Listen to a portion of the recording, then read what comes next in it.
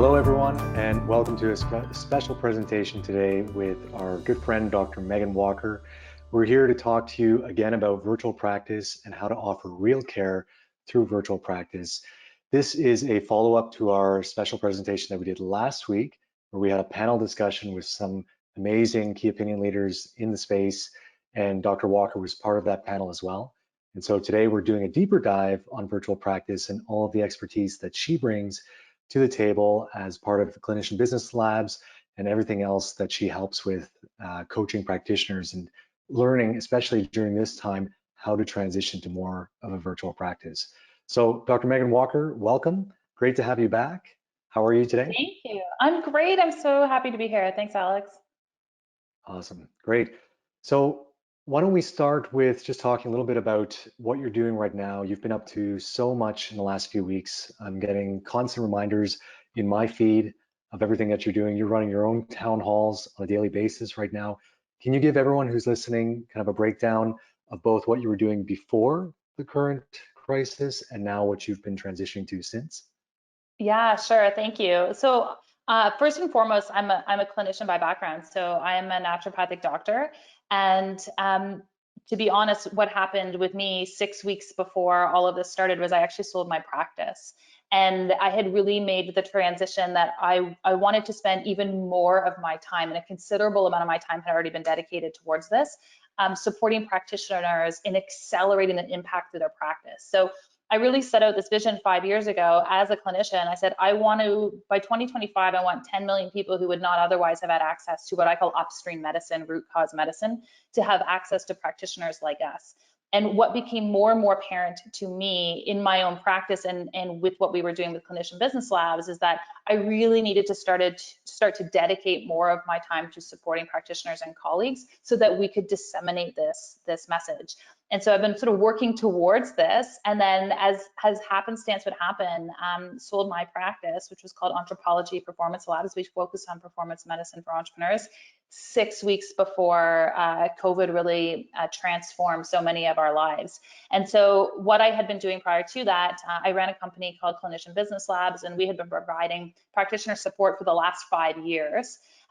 Through a variety of programs, the First 18, the Clinician CEO, and our mastermind, the Clinician Code, and then our annual event, Impact Lives. And so on March 15th, I started to receive phone calls and messages and DMs, and like my phone exploded with people saying, oh my gosh, what are we going to do? We're not gonna be able to open our practice tomorrow.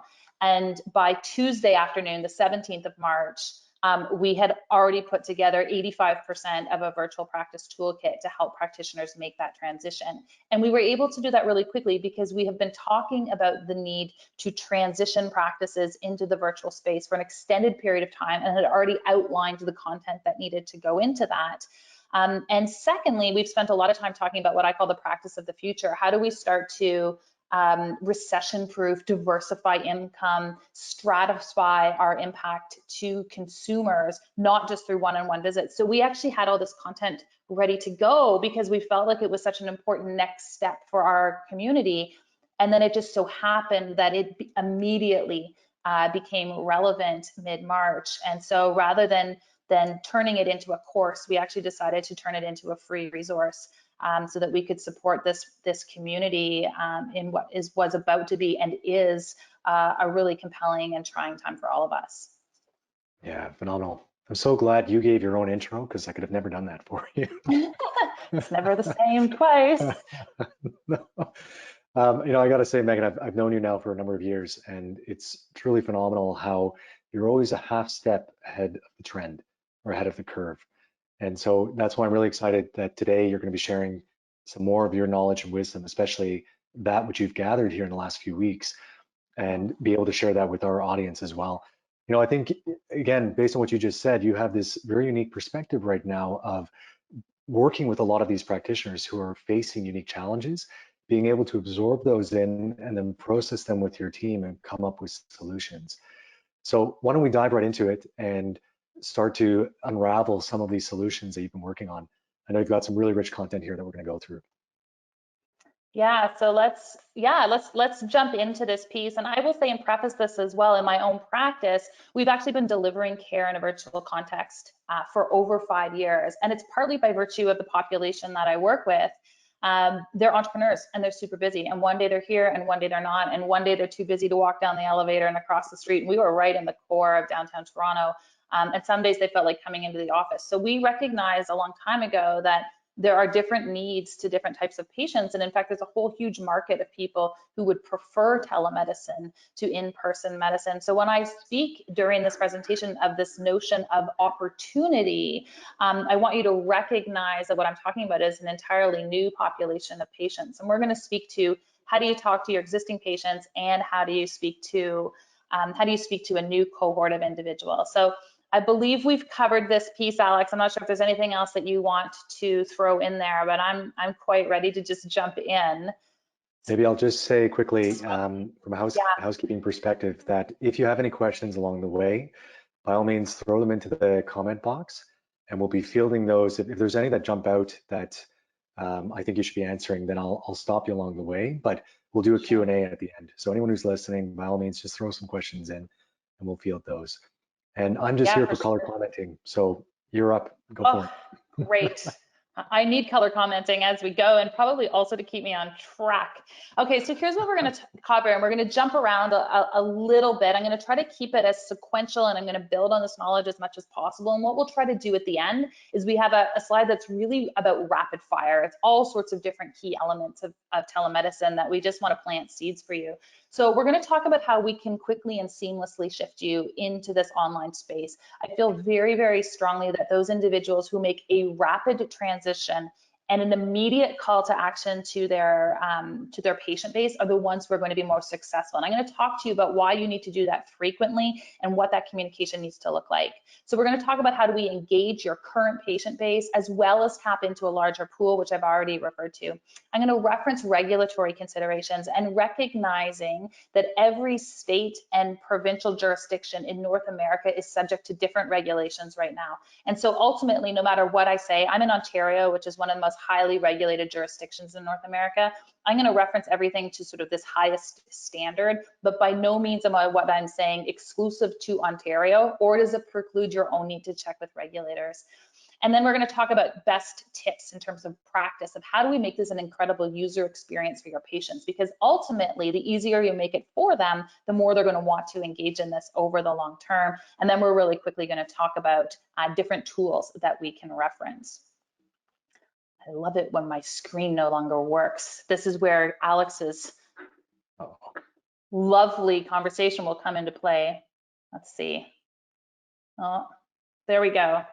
I have no idea why this is going to work, and I'm not used to working in PowerPoint, but we're going to run with it. This is a whole lecture on technology, and here we are, slide number 3, and I'm running into challenges with technology. And I want to speak to that really quickly, because here's the reality is that right now, making this transition into the online space, this is when your audience is going to be most forgiving for you. So when you're working with patients and you're like, oh, sorry, I pushed the wrong button, or I can't get my camera to work, or other things are going wrong, now is the time you really want to work through those things. They're going to be forgiving of your newness to this world, and you're going to be forgiving of them. And so what it's going to do is lend you to greater efficiency moving forward. So I want to speak to some of the benefits of virtual practice, because notwithstanding the fact that many of us have suddenly been forced into delivering it, I actually think that there were some benefits that existed here beforehand. So I alluded to this in my own practice. There's definitely a convenience and accessibility piece for both practitioners and patients. I had an appointment for one of my daughter's physicians this morning, and it was telemedicine. He said, this is amazing. I'm normally in 3 clinics over 3 days. I've been able to see all of those patients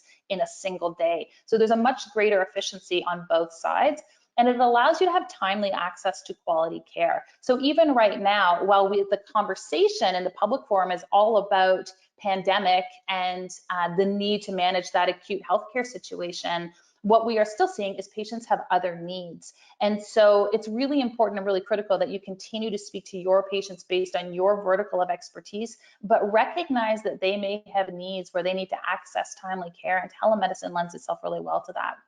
It also allows you to pull from a larger referral network. So for example, if you run a cancer care center in the southern part of your state or province, you now have an opportunity to bring in a virtual associate or consultant into your practice who may not be located anywhere close to you. So your capacity to actually elevate the quality of team members that you're working with is also going to change over time. There's also a chance for increased patient engagement. So it's lovely to sit across from someone, and you can never replace that with technology, but there's some really great capacities to be able to monitor patients moving forward, to be able to monitor compliance, to be able to have them taking photos of their meals and foods that you didn't necessarily have access to before. And when we really start to leverage that technology piece, what we start to find is, and we go after a cohort of people who are interested in that telemedicine piece, they're interested in technology across the board. So it's going to give you increased access to new tools. So we've got a larger patient base covered. There's a cost effectiveness here, obviously, because it is less expensive to deliver telemedicine. There's also less risk associated with telemedicine. And I think that the reasons for that are quite obvious in this moment as practitioners are looking to the overhead of their brick and mortar practice and trying to come up with really rapid ways in order to be able to cover that and acknowledge that. But certainly what I want to speak to, and we'll get towards in the end, is that because you are delivering a more economically efficient mechanism of medicine, it doesn't necessarily mean that your pricing is going to change. And we're going to get to that piece, but you have significantly lowered your overhead. And by virtue of that, you have also reduced your risk. And reducing your risk is something that we need to all consider in this industry. One of the challenges that we have had walking into this is that we have been dealing with a considerable amount of risk moving forward. And so this is an excellent time to include telemedicine in your practice because it mitigates that risk moving forward. Now, there's obviously limitations to this. You have fewer face-to-face interactions, and we cannot discount the need and benefit of putting your hand or placing your hand on a patient. There's also a cohort of practitioners who are manual therapists. This is their primary way of working with patients. And again, there's no replacing what that value is when we're working one-on-one with a patient. With that said, there's a huge component of the care that we are able to deliver to patients that can happen virtually that actually supports the success of inpatient care. So think about a chiropractor who does manual therapy. Imagine we spend time with that patient beforehand addressing lifestyle, addressing strategic supplementation, supporting all of the family dynamics and mindset pieces that go into that recovery. All of that has a capacity to be delivered through telemedicine. So there's a huge opportunity even for manual practitioners right now.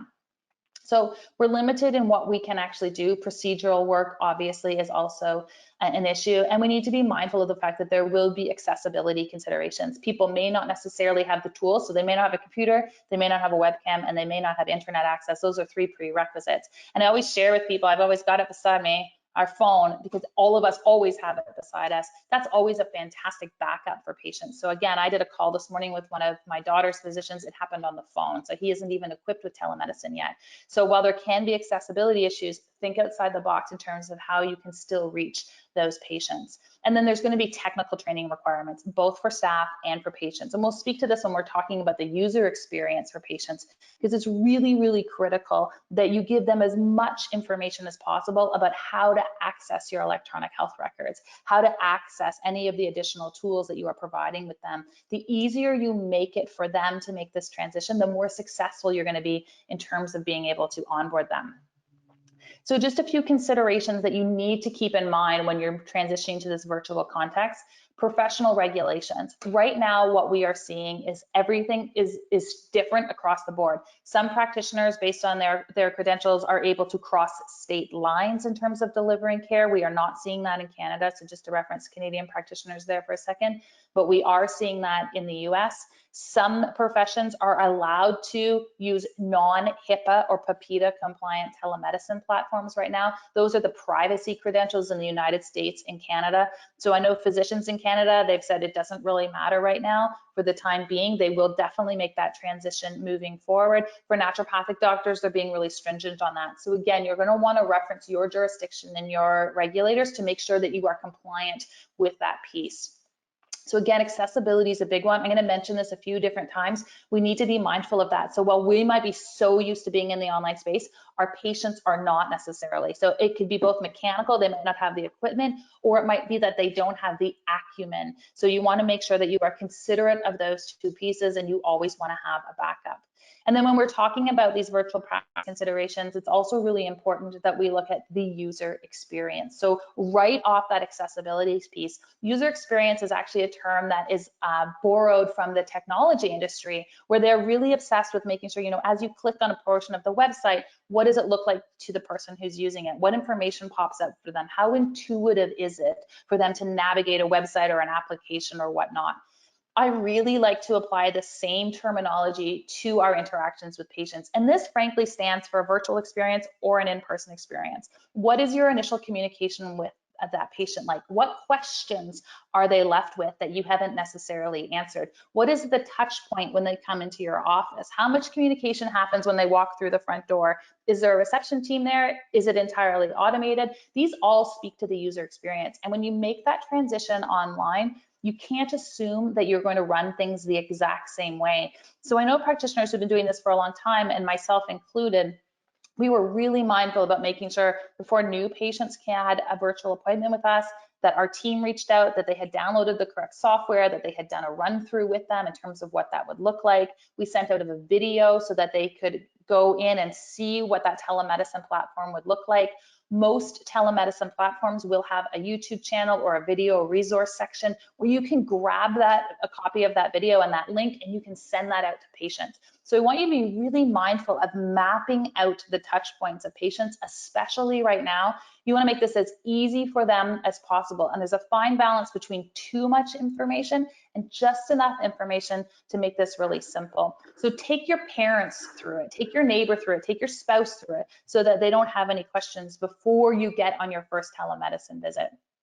And then obviously, one of those key considerations that we need to look at are what are the actual tools that you are going to be using in order to access telemedicine. We're going to talk about that a little bit later, because to be honest, although that's what we do as practitioners, we get caught up in the details of what tool do I need to use. It's actually some of these big picture ideas that are going to determine your success more than the actual platform that you select. So while we're going to get into that, I really want you to hone these ideas and really listen intently to these ideas, because it is what's going to make you successful once you select that platform.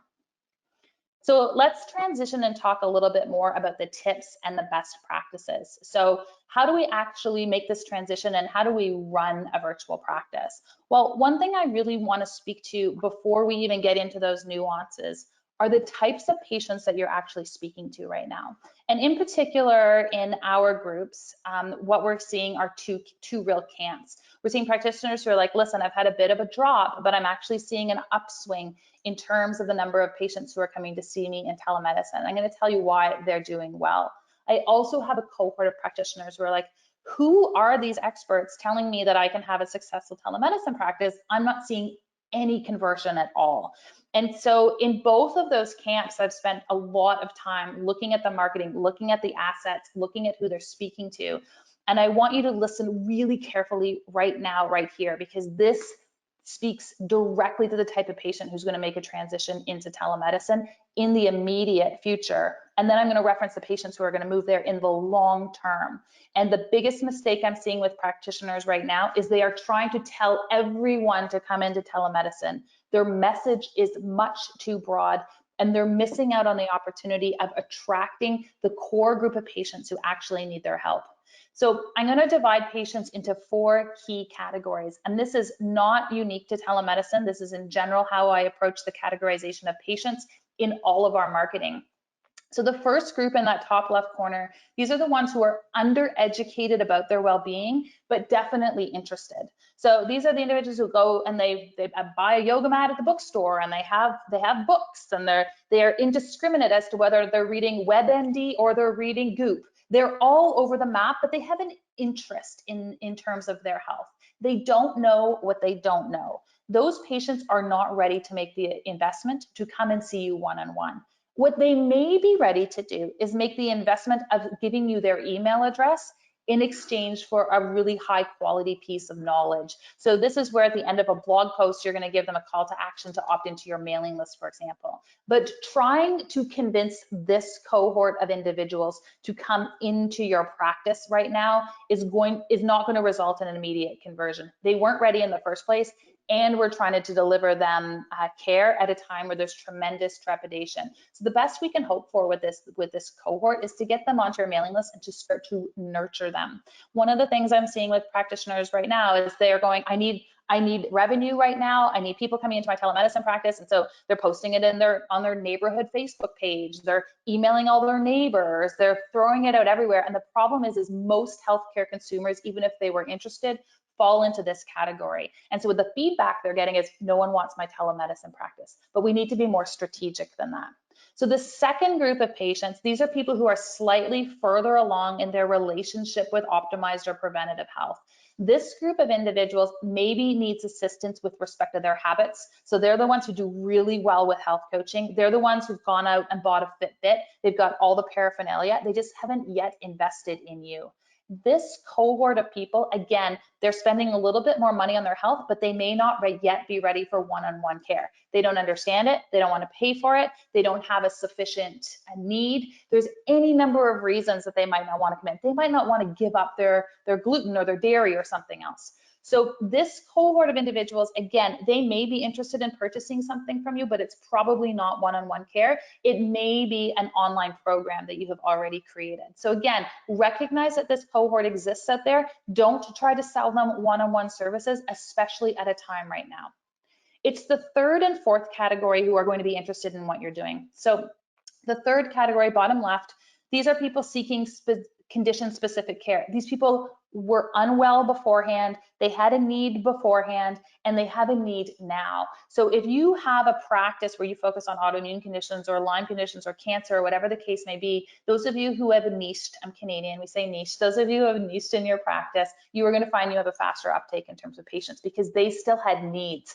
And so while they acknowledge it's a big transition into the online space, they also are recognizing that they still need to have a continuity of care. This is the group of patients that you want to speak to. So you may have a bigger mailing list. You want to speak to the patients who are actually experiencing some sort of pain. I don't necessarily mean physical pain, but I mean some sort of health challenge.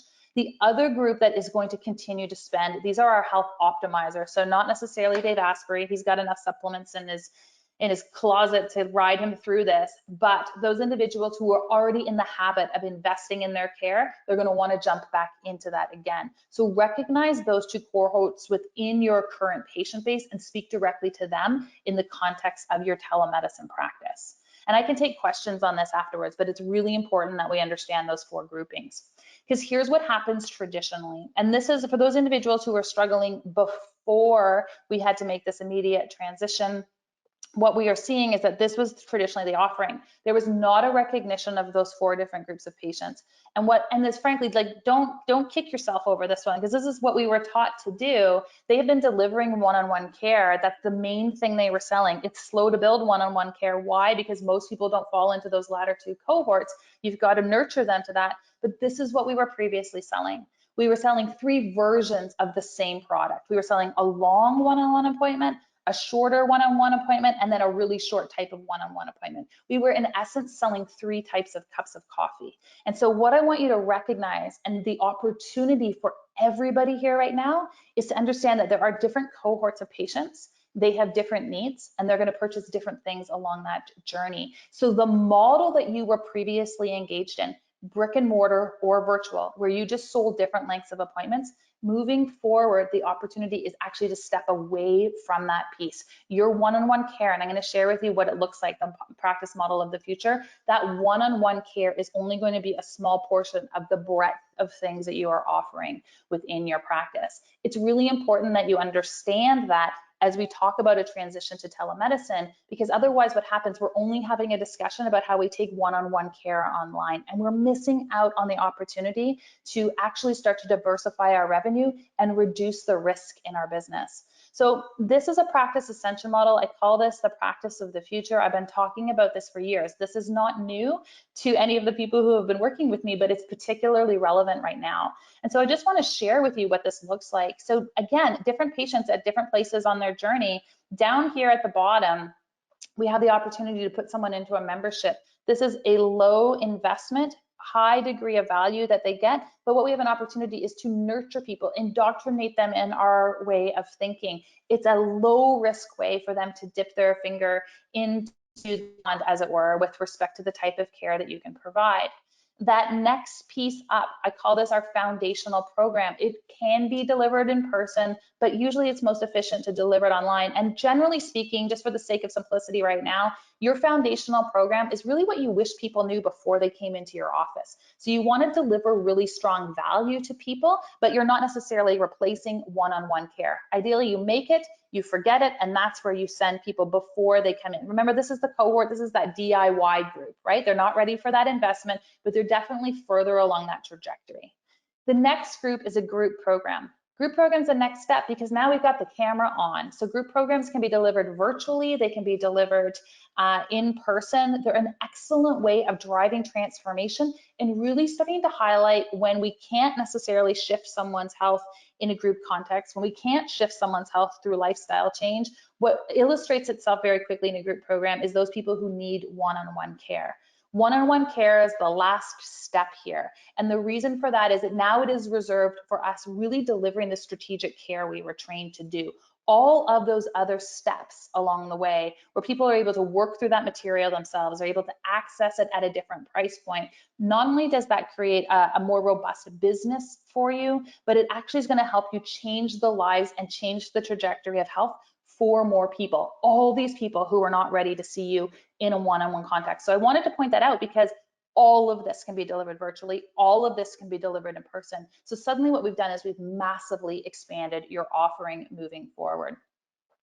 So let's move back to that one-on-one piece. Yes. I don't know if you can see me. Got to interject here. I can't see you. No? Okay, then I'll just speak up.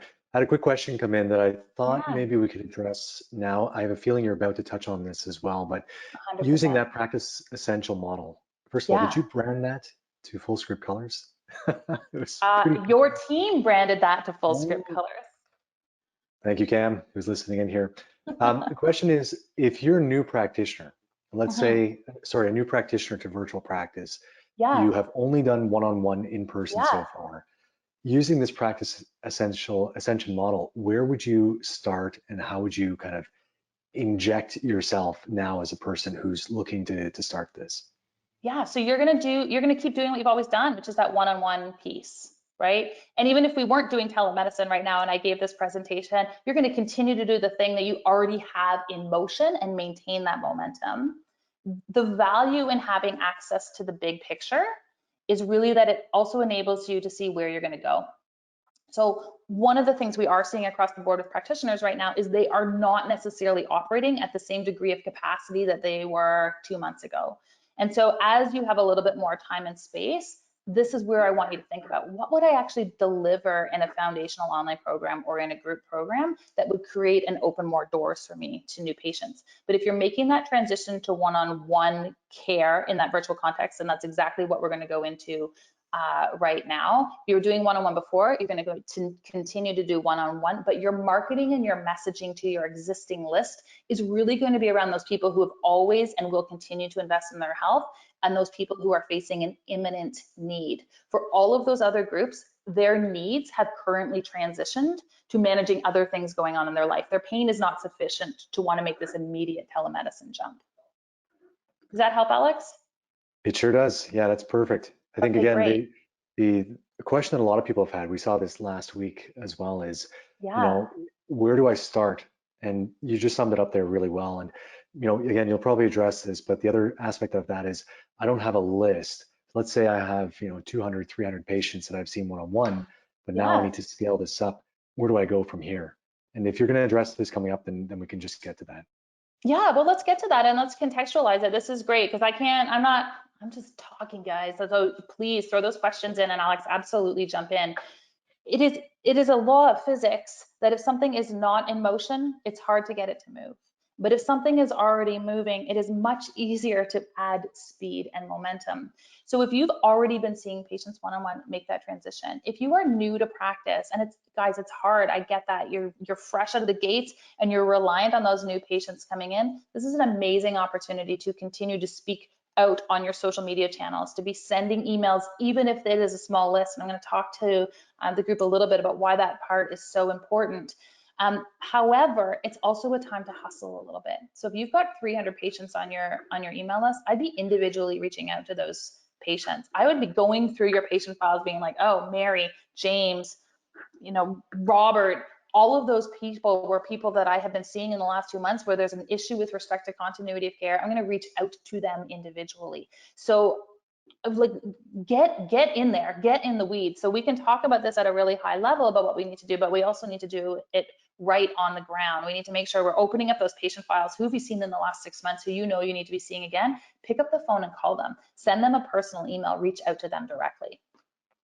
So this is a time where we can be strategic, we can have a bigger picture in mind, but we also need to handle the most imminent needs. And one of the things that we do in human nature, it's frankly one of the reasons why group visits work so well, but one of the things that we do in human nature is we go, oh, my problem isn't that bad, right? Probably relative to everyone else, this is totally normal. And so one of the things I've been speaking to with practitioners is really the need in your conversations, whether this is an Instagram live or this is in the context of an email, to share, when I was working with one of my patients the other day who was dealing with adrenal fatigue or has been dealing with a thyroid issue, give your audience and give your patients examples of other people just like them and the success that they are experiencing and working with you as a practitioner during this time. It recontextualizes and it normalizes for people where they are at, but it also excludes for them the conversation of, oh, this isn't applicable to me.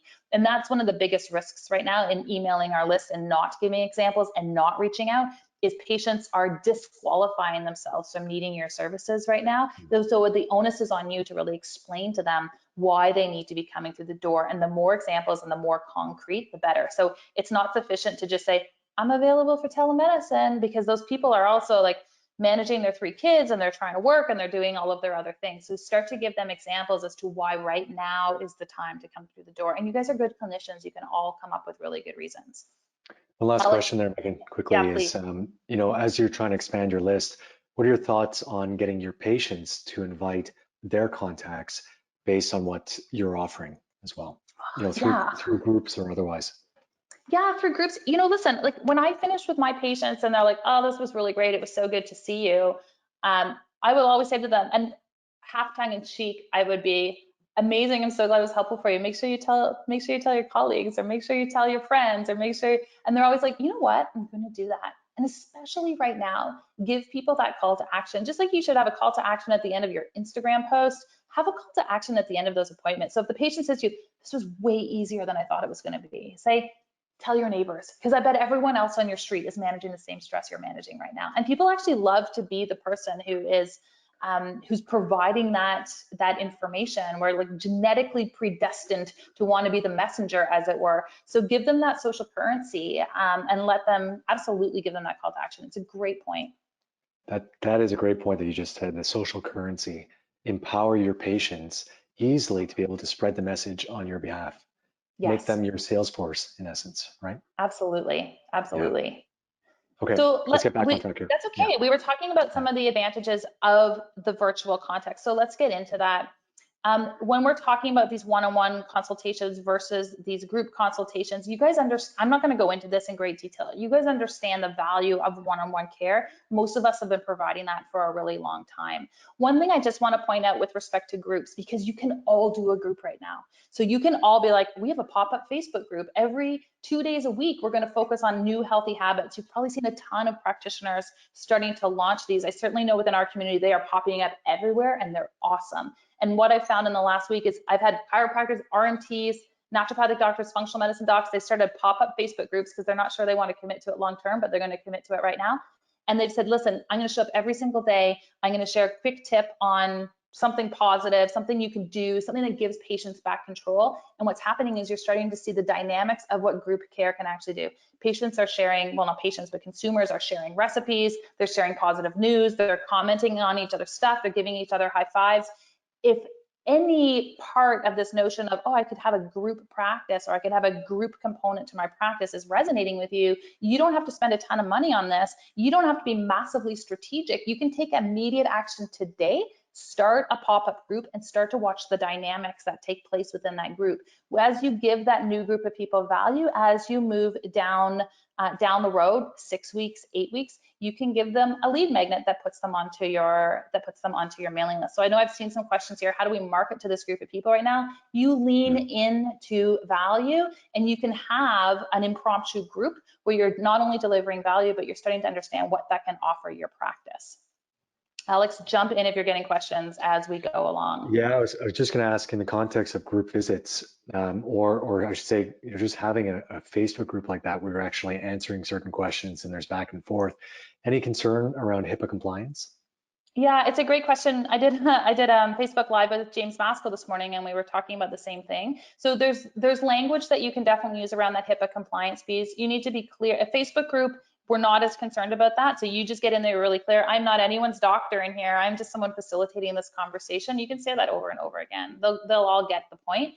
But when you're actually running group visits, and we can do a separate conversation entirely about the implementation of group visits, there's different forms that you get people to sign with respect to those group visits, and you get an acknowledgement of the fact that you're not going to have that same level of confidentiality. So don't throw people on a Zoom call if they don't all know they're going to be on a Zoom call. But definitely a Facebook group is a really easy way of initiating that dynamic right now. And there is nothing HIPAA compliant about Facebook. Yeah, no, exactly. I think that needs to be very clear, as well as you need to be cautious in what kind of telemedicine platform you're using. Zoom, for instance, is a good example where it's not necessarily HIPAA compliant unless you're using the HIPAA compliant version, right? And yeah, you're going to talk about that here. Absolutely. So we're going to get into some of the platforms that people need to look for and some of the core considerations that you need to look at when you're looking at that telemedicine platform. So just to close off this idea, whether you're virtual or you are one-on-one from before, you can still have a diversification of offerings that come off of your one-on-one care. So that can be an online program, it can be a membership-based piece, it can be supplementation. So obviously all of you are familiar with Fullscript, but Fullscript works just as well in your virtual contacts as it does obviously in your one-on-one contacts. And those people who made early transitions to telemedicine, this was naturally their choice in terms of being able to offer their patients access to a dispensary. And you'll find those patients that adopt to virtual medicine really quickly, they're going to love the fact that they can access their supplements virtually as well. So there's lots of things that you can do in this online context, and I encourage you to try new things in the virtual space, because the more you deliver value in the online space, whether it is Facebook Lives or Instagram Lives or webinars, you are going to equally attract people who are comfortable in that online arena. So while you may have had a cohort of patients who came into your practice because you always gave live talks at the local health food store or chamber of commerce or whatever it was, those were naturally the people who loved that one-on-one in-person community feel. But when you make the transition and market in the online space, you're now going to attract the people who are actually comfortable in that environment as well. So I just wanted to point out that piece as you're looking at considerations for marketing moving forward. So let's talk a little bit about how we actually communicate with our patients and some of the tools that we need to have in place. So first and foremost, you need to have a telemedicine platform. Your telemedicine platform is the privacy compliant platform that you use to speak to your patients. And I mentioned earlier on that some jurisdictions and some professions have been lax in what they are requiring their practitioners to do. You're probably going to have a 4 to 6 week window where that's going to be the case, and then everyone's going to say, here are the standards. So I would actually really encourage you to spend a few extra hours right now and look at a compliant platform. So in terms of telemedicine platforms, we've been speaking to a few over the course of the last week. Zoom generally, unless you are paying to have that compliant piece activated, is not a secure platform. And that's been in the news for the last little while. So it's not necessarily the platform of choice unless you are paying for that HIPAA compliance piece or PAPITA in Canada. And the first place that I generally recommend that people look is that they look to see whether their own electronic health record platform actually has a telemedicine portal. That is likely going to be the easiest transition for you.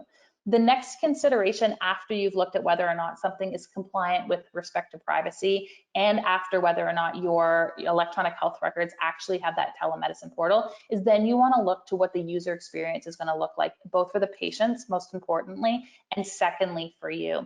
And there are platforms that are meant toward delivering telemedicine that range from free right up to quite expensive paid versions. And usually the higher, more expensive versions are typically integrated into electronic health records, and they have a more diversified offering. So maybe you can run group programs with them, maybe you can do screen sharing, maybe you can do all sorts of additional pieces. So yes, you can look at a free HIPAA or PIPEDA compliant option right now. You may want to up the ante a little bit past that free version so you can increase the user experience for your patients. And I'm not sure, Alex, how you feel about us speaking to a few of the options that people have had success in the last few weeks. So I can keep it general or I can keep it specific. You let me know. No, I'd say speak to some of the options. There was a question that came in here regarding Charm, and I'm just confirming with our Yeah. integrations team what the situation is with Charm and their Zoom integration that they have. I believe, as far as I know, it is HIPAA compliant and there shouldn't be any concerns there, but we are confirming. But yeah, by all means, if you want to share some success stories, some of the trends that you're seeing with the platforms that are working, please do. Amazing. So just to give you guys then a free or low priced option that's not connected to any electronic health records. And this is the first one we actually turned to when we made this transition a few years ago. It's called Doxy, DOXY.me. I like it because it's simple. So it is not necessarily, I'm not selecting because it integrates with things. I'm selecting it because it's really easy to use and there's a free version. So if you're like, I need to make the transition right now, it's a great choice. Our team, we used Jane app as our electronic health record. They've just introduced a telemedicine portal. It's brand new. So I was speaking to their CEO last week. She's like, we accelerated this by 18 months. So every week they're adding new features to it. Please don't expect a well ingrained telemedicine platform. But if you're already on that as your electronic health record, don't be adding a whole bunch of new technology. Work with their telemedicine platform. They're improving it really, really quickly. It's also integrated with Fullscript. The other platform that I really love, and the only reason we didn't use this is because when we were working with our platforms, it didn't have, you couldn't use Teams, but they've now made this transition, and that's Practice Better. Practice Better is also integrated with Fullscript. They have a telemedicine portal, and the other thing they have is a capacity for you to run online programs as well as groups. So that practice model of the future that I talked about, I delivered that and then happened to speak to their CEO and she's like, oh, this is amazing. We have all these things in our platform. And I got super excited because we were both on the same wavelength. I had no idea that they had that level of integration. So if you're looking at that model and moving forward and going, this is really of interest to me. Now I have an understanding of where I'm going to be able to build my business to. Practice Better is a really nice option and it is extremely affordable. So there's all sorts of different levels to that piece. I have no relationship with any of these companies other than I just happen to like their founders or I've used them myself. So I just want to give you guys a few other pieces. Yeah, go for it. Can I just quickly add to that? One thing to keep in mind, you mentioned the Jane app. So I use Jane as well in our clinic and their telemedicine integration is great, but it's not 100% reliable yet. And that's no knock to Jane, like you said, they accelerated this by 18 months. When you're on the tech side, you understand that if you're accelerating things that fast, there's going to be some bugs. So my suggestion would be, as a backup, sign up for a free Doxy account or some other option. And if your primary telemedicine platform crashes on you, then you have a backup that you can jump to right away. And maybe even let your patients know that this could happen, and here's another link just in case, and you can jump in here. So one little tidbit there. Great solution. And we would always say for our patients, here's our primary link. So it would be to Doxy. And these applications are really great. So patients can go into the link and then they sit in a waiting room and you let them into that waiting room. Like they've done a really great job of controlling what we call before the user experience. But I would always say to my patients, if we have not connected through that platform, and usually you can message them in the waiting room as well, if we have not been able to make that connection within the first 5 minutes of that appointment starting, maybe I would say 10, depending on how late I was running that day, I will always say to them, I will call you. So know that I'm coming and I will call you.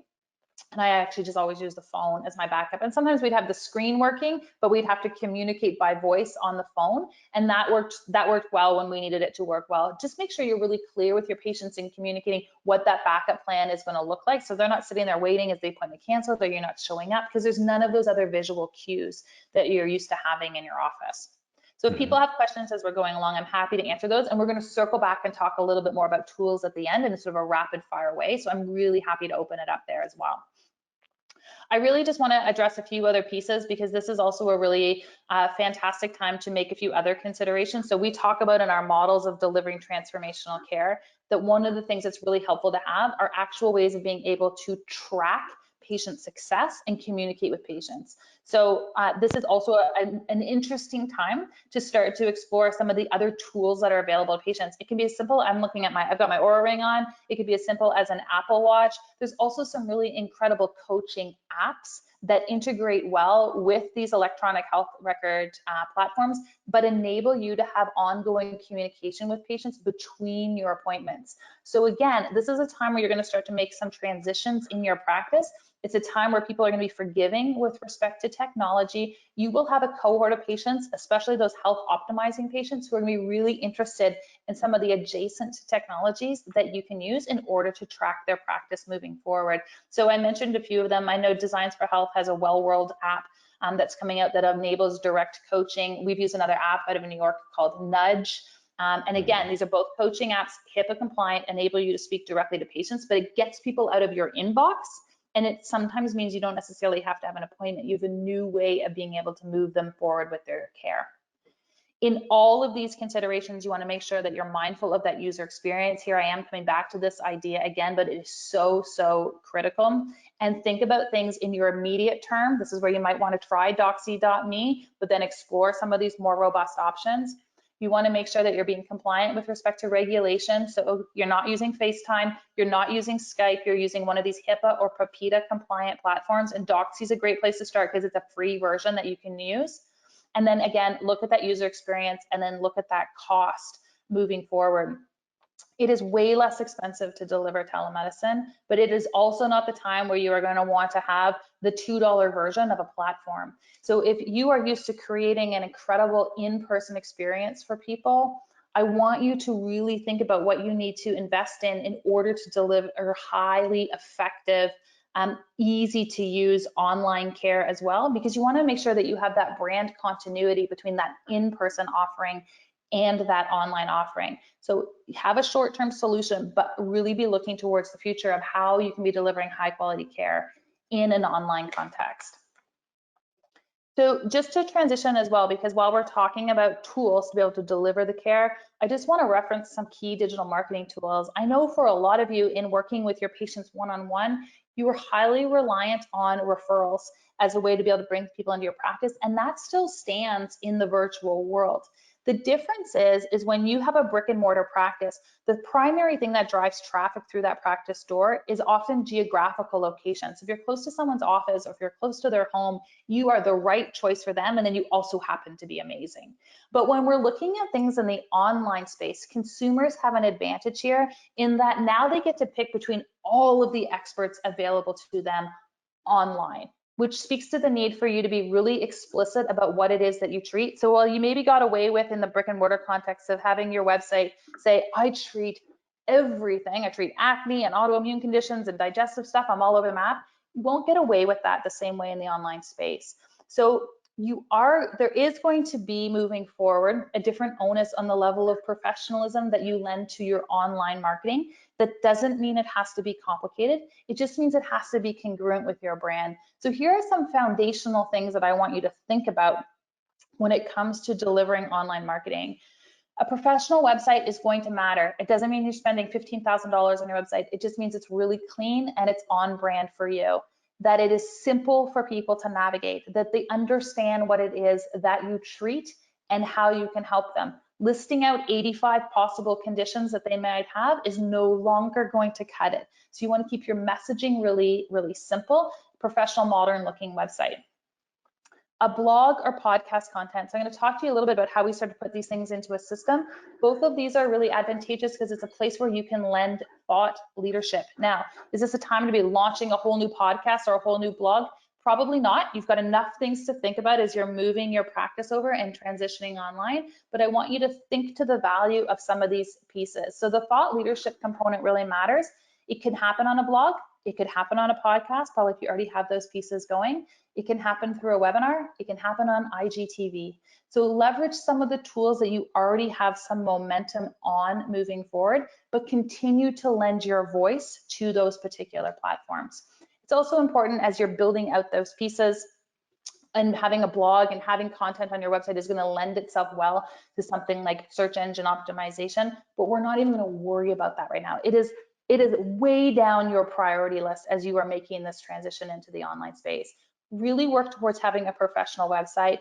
Really make sure that you have a clean user experience with respect to how people access your current one-on-one care, and then go back and start to look at how you build out some of these other pieces. Social media platforms, these are going to be important if you've already been active on them. And frankly, if you've never been active on a social media platform before, now might be a time where you start to play with it, but pick one. Pick one where your ideal patient avatar is hanging out. And the place that I'm probably going to recommend that you start for most people is going to be Facebook, it's going to be Instagram, or it's going to be LinkedIn. Pick one of those three and be consistent in sharing your message on that platform. We can talk at a different time about how to really leverage social media, but in the very short term, the primary thing that I would encourage you to do is be consistent on that platform.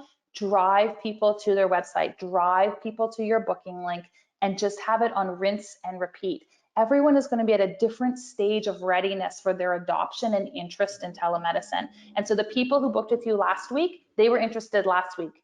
And the people who weren't interested last week, they didn't even hear the message. So this week, that whole new set of early adopters, or the early majority of people who are interested in telemedicine, now they're hearing the message. You know, when you see an orange car, you've never witnessed an orange car before, and then it seems like you see orange cars everywhere. You're like, oh, orange cars, it's like the new thing. The same thing's going to happen as you talk about telemedicine. People aren't going to hear you until they're ready to hear you, and then they're going to hear you all the time. So being consistent on social media, talking about, hey guys, if you want more information, book that discovery call with me, being consistent to your mailing list, being consistent in your messaging across all platforms is the most important part right now. I put Meghan, down here, yes. Can you, Yeah, sorry to interrupt, but can you speak quickly please. to what you just mentioned regarding having an avatar or the avatar of the patient and Yeah. determining where they might be? How could people distinguish between Facebook versus Instagram versus LinkedIn? Yeah, it's a great question. When we talk about patient avatars, we're really talking about, like, if we were to create a character who is your ideal patient, what does their life look like? So just generally speaking, we know Facebook tends to be a platform that's skewed to a slightly older age demographic. I'd probably fall into that age demographic, but 35 and older, they tend to love and gravitate towards Facebook. In fact, even pushing closer to 45 to 50, that is the cohort of individuals who are on Facebook most consistently. A demographic of people sort of 25 to 35, they're on Instagram. How do I know that? Because you guys are all on Instagram, right? We know that people are there. It's a different way of uptaking information. It's highly visual, but I think we understand the people who are hanging out on that platform. If that is your cohort of patients, then speak to that platform. Some of us have an interest in our practice in working with professionals. So maybe we work with doctors and lawyers and accountants, and that cohort, they're very active on LinkedIn. So while there's so many different levels to understanding your ideal patient avatar, if we were to paint a picture of them as a character, what social media channel would it be that they are scrolling through waiting for the bus or waiting for the subway, for example? That's how I usually encourage people to think about it. That help, Alex? Perfect. Amazing. Great answer. Great. And I just want to mention this really quickly. So some of you guys are just like, oh my gosh, I'm making this transition to telemedicine. What are the basics? And then some of you are like, I've already been there. So what is the opportunity that's on the ground right now? Well, we spoke to the practice of the future, just to give you a sense of what can be built.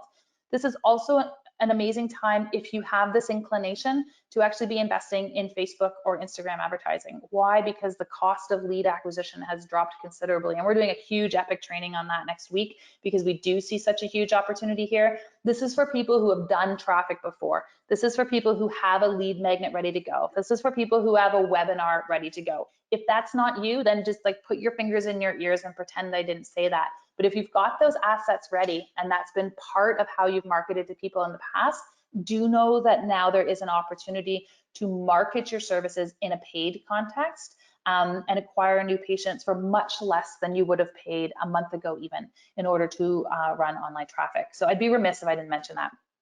So I want to take Maybe some quickly, of these. Yes. sorry, one more question Nope. that's just appropriate to ask here. So somebody was asking if they have lots of great ideas and content, but they get stuck with creating marketing materials that look branded and aesthetically pleasing. How would you suggest hiring this out? Should they become more proficient at doing it themselves with a platform like Canva, or should they try to hire it out to someone like Brandy Kinnear who can do a lot of that content for them? It's going to totally depend on your budget, right? So I think for a lot of people right now, they're like, I don't know what my budget's going to be in 6 weeks from now. But right now, the one thing that I would encourage people to do, we've talked about this in our groups in the last week, go into Canva and get really just consistently create what we call a brand sheet or a style sheet. That means here, name the 3 fonts that you use and always stick to those fonts. Name the 3 colors that you use and always stick to those colors. So you can pull all sorts of really cool templates from a platform like Canva, but then make sure that you're using your branded colors and your branded fonts in everything that you produce online.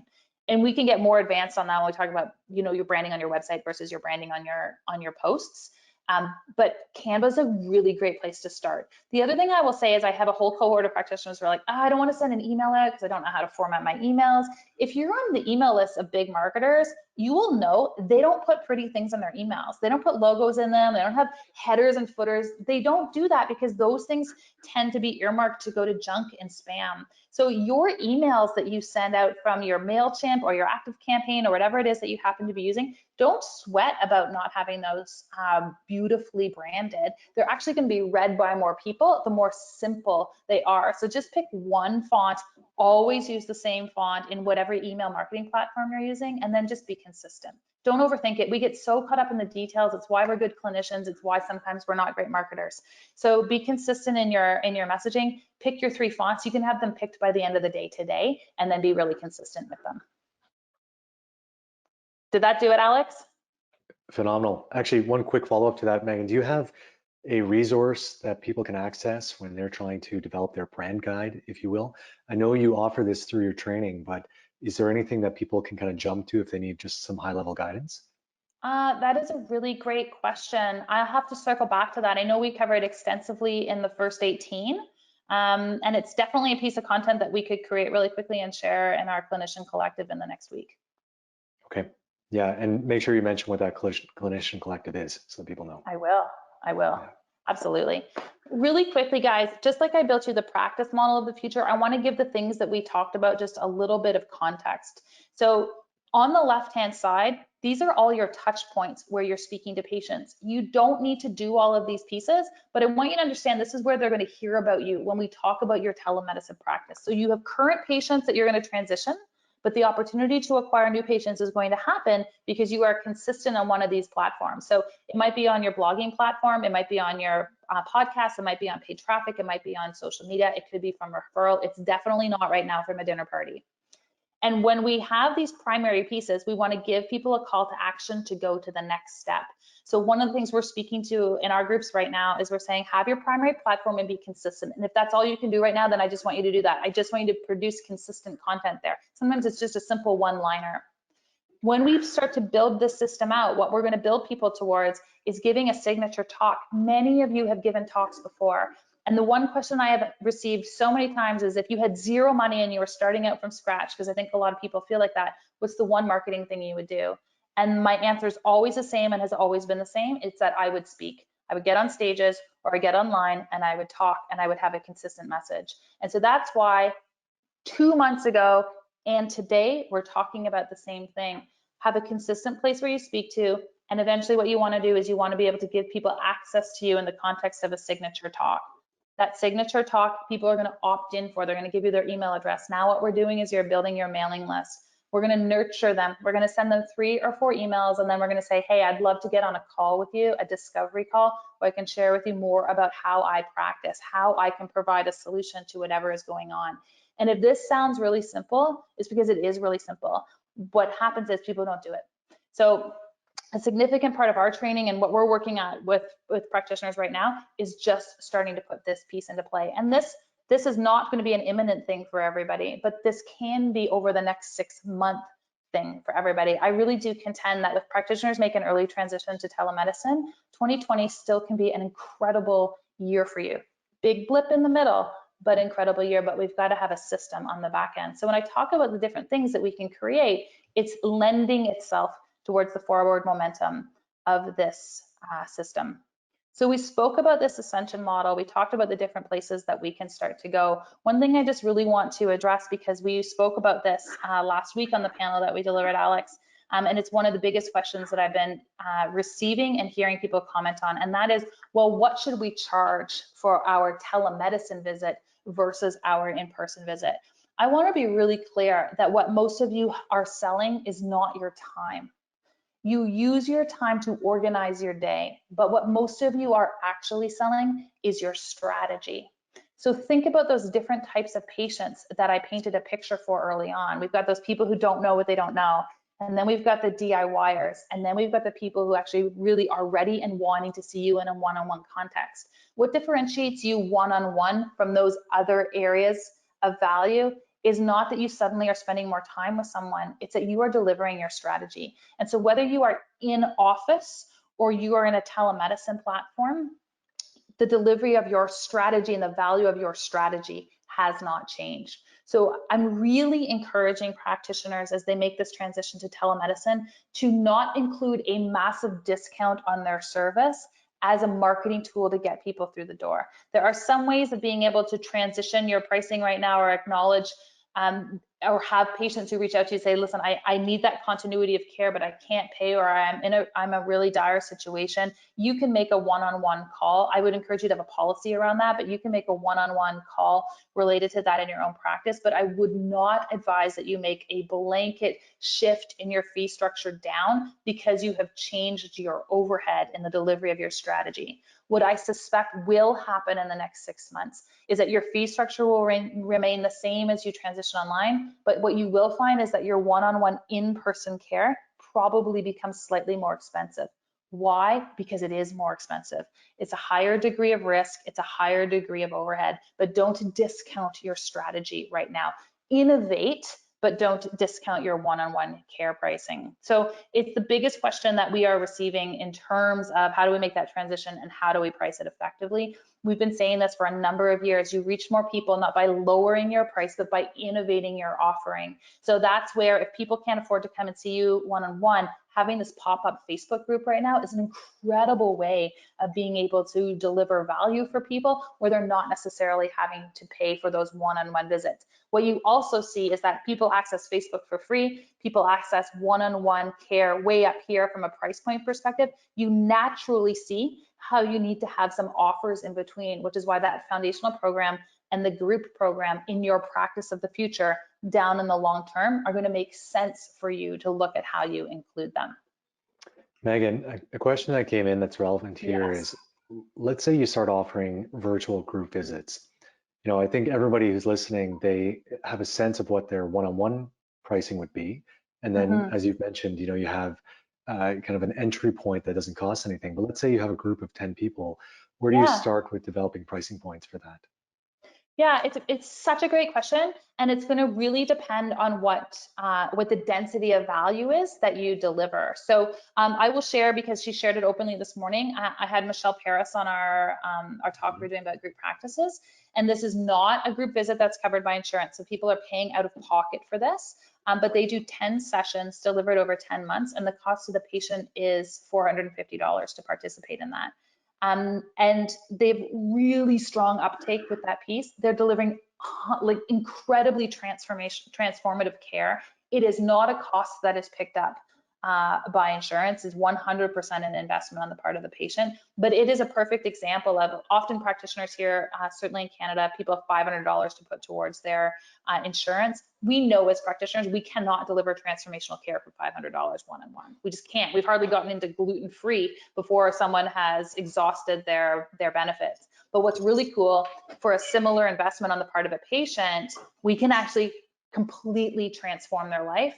And now they get even more value when they step into that one-on-one contact. So it's really going to depend on how long it is delivered for, what additional assets you are putting into play, who is delivering it, is it you or somebody else? But the biggest thing I would start with from that context is you want to make sure that you price out your costs associated with that program before you step into the pricing. So it's really hard to answer because I just don't know the density of offering that it's going to look at.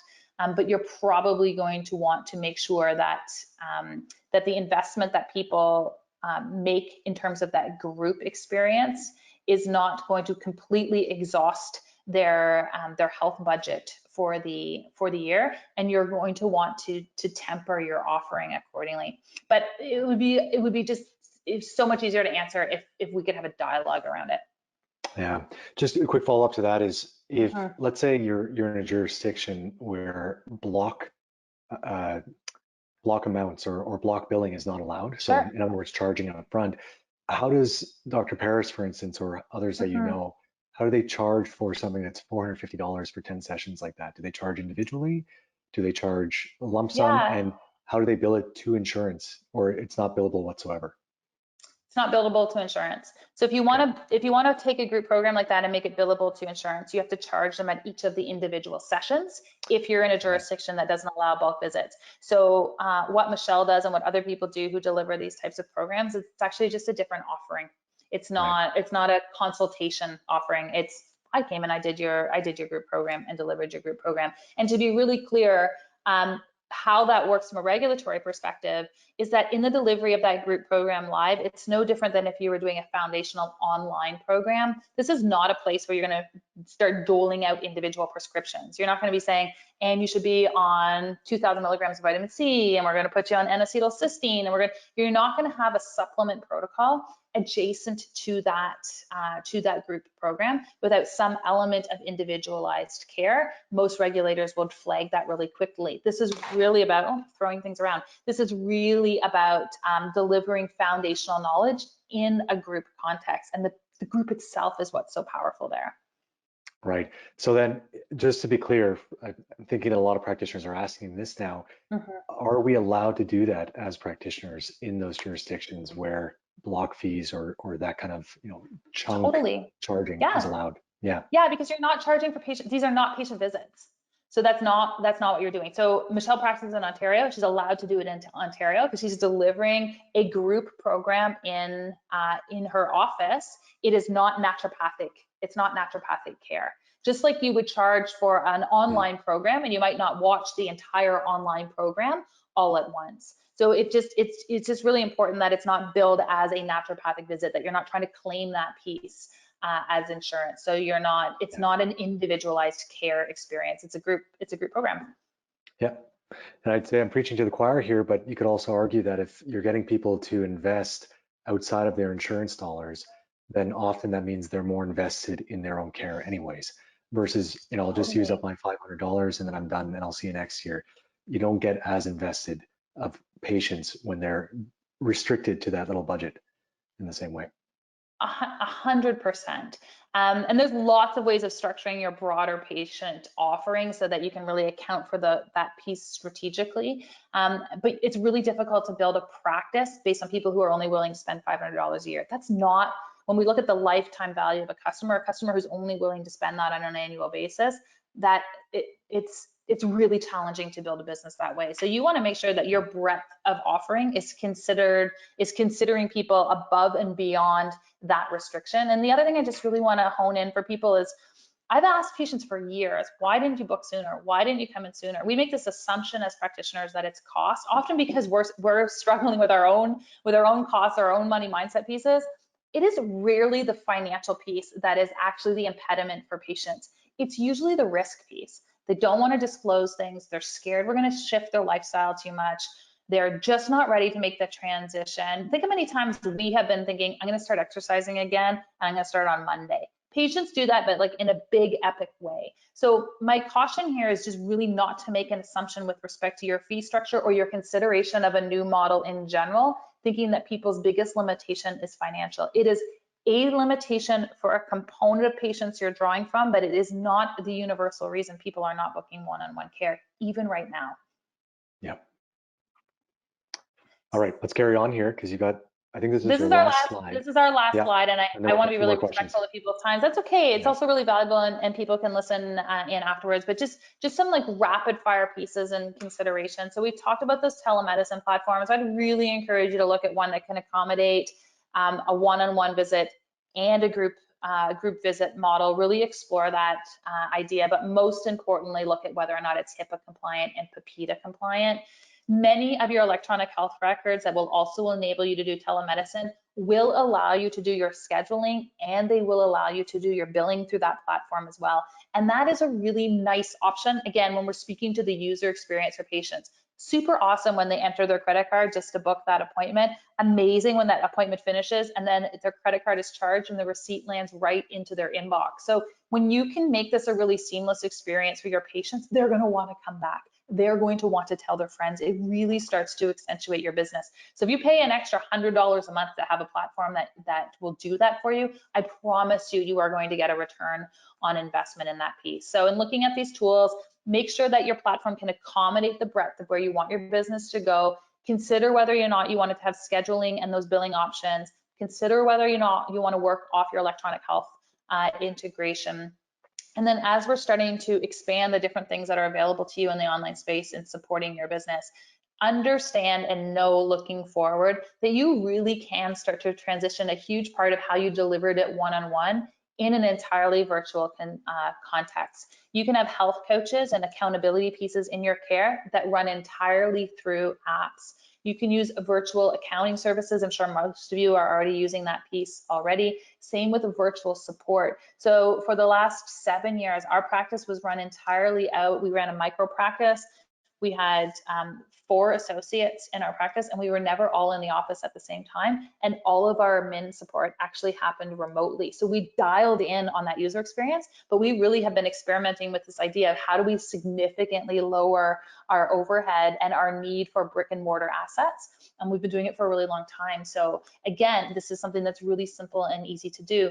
Online dispensaries naturally feed into this. Fullscript is, I'm so excited for what that business is all about, because we spoke about being ahead of the curve at the beginning. This idea of moving to an online virtual dispensary now more than ever is a massive asset, again, to the user experience of your patients. How awesome that they just click a few buttons, or you click a few buttons in your electronic health record integration, and suddenly their supplements are arriving at their door. That's top-notch service. People pay for top-notch service. And then again, there's lots of ways of being able to run team meetings and software, and we have consistent team meetings happening every week. My entire team is virtual, especially right now, but in general, we were always virtual.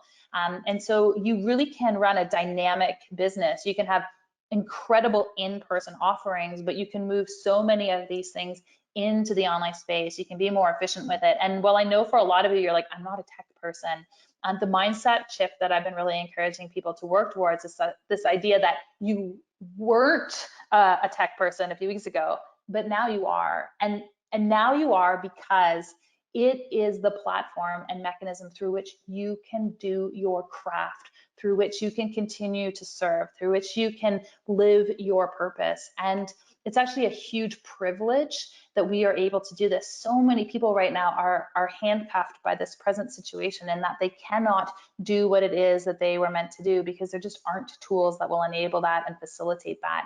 And not only do we have a privilege where we get to care for people's health, and that's what we get to do for a living. I've always just been so honored to have that, but we actually have a capacity to maintain that continuity of care. This is going to be a challenge. I know a lot of you didn't plan to make this transition, but I promise if you lean into it, there's so many incredible resources available to you right now. We will hold your hand through this transition in an unprecedented way, and I promise, lean in and you will be successful.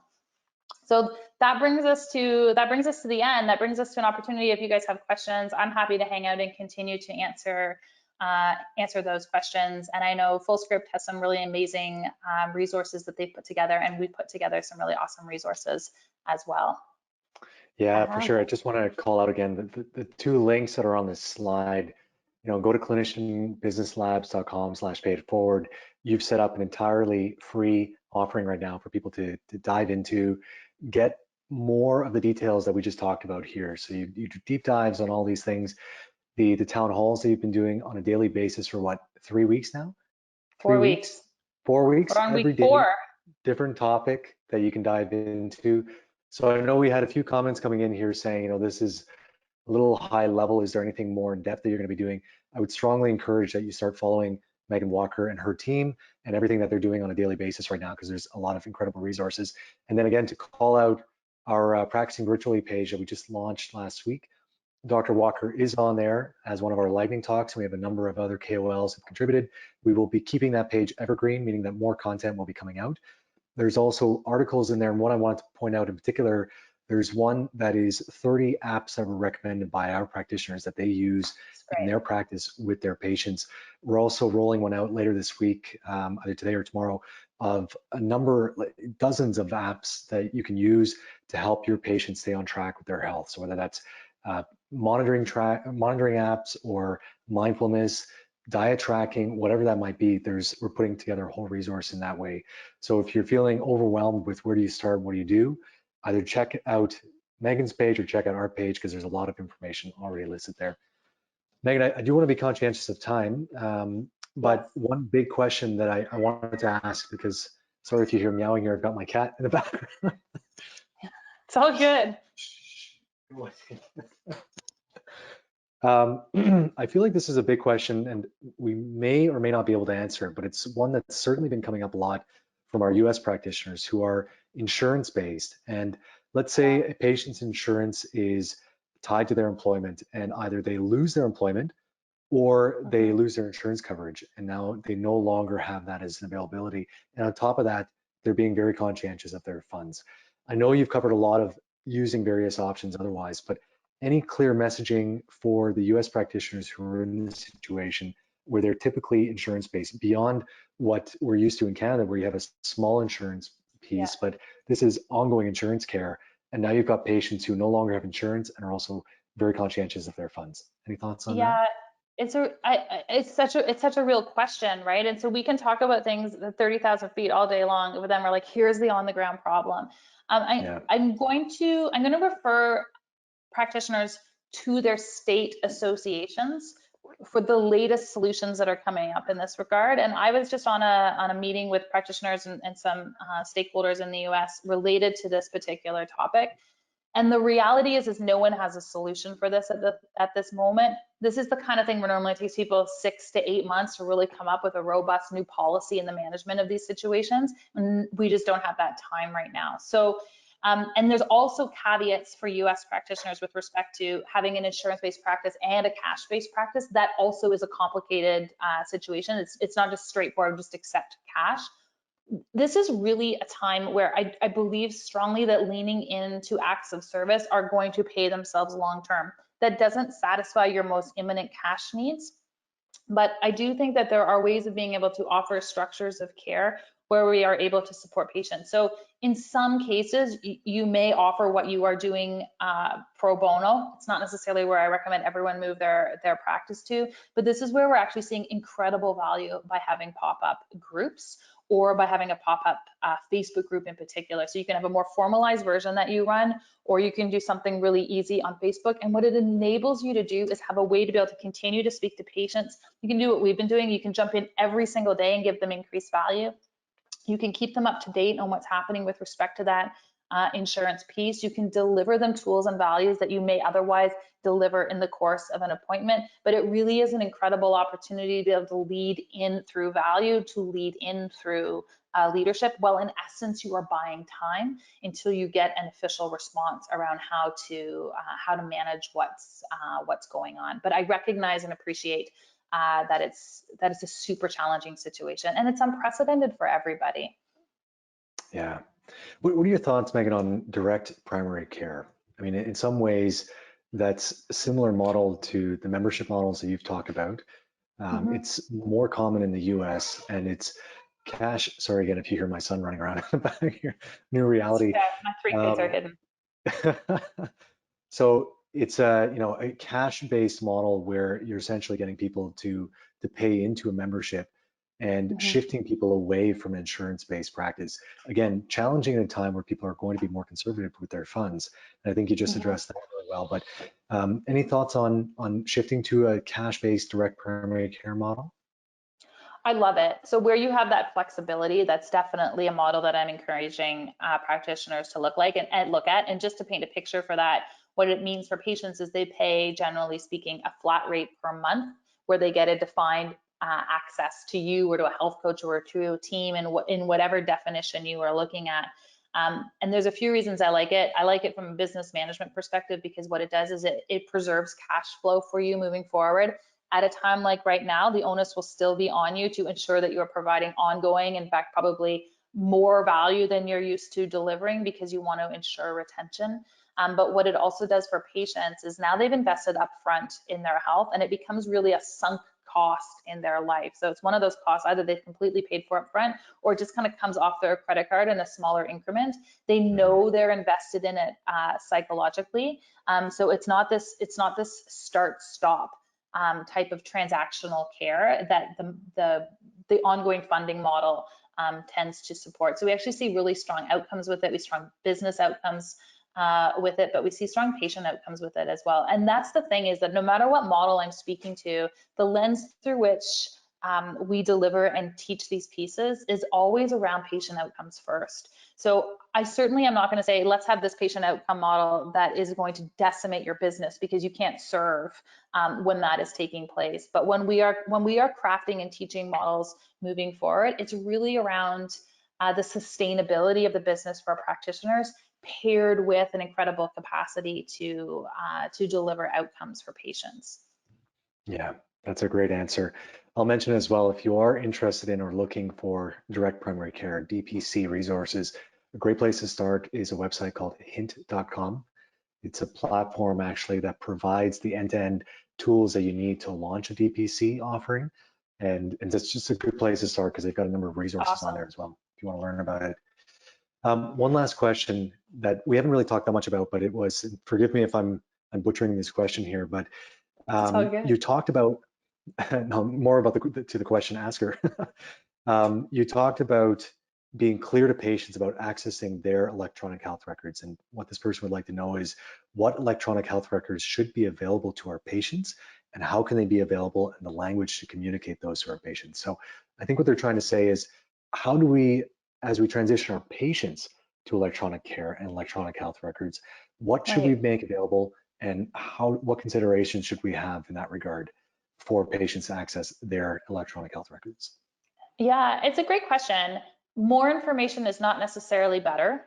Right. With that said, I want to just put the blanket caveat here. Patients have the legal right to access their records at any time. So obviously, I think we know that, but we forget that sometimes. So keep that in mind. If they're like, I want to read all 200 pages you've ever written about me, they can ask for that. But most people don't want that. Within our patient portals, what we traditionally communicated, which is the key thing I can speak to, is we would give patients ongoing access to all of their testing results. So that was an easy and natural thing to be able to include in that portal.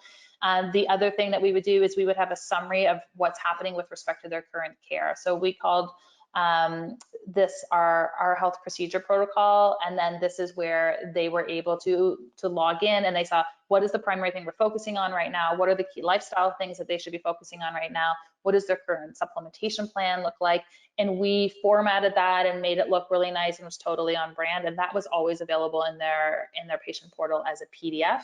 And the other thing that we would make accessible in there as well is anytime we would do a disclosure around testing or functional testing, we would often accompany that with an individualized video explaining their results, and those sat in their patient portal.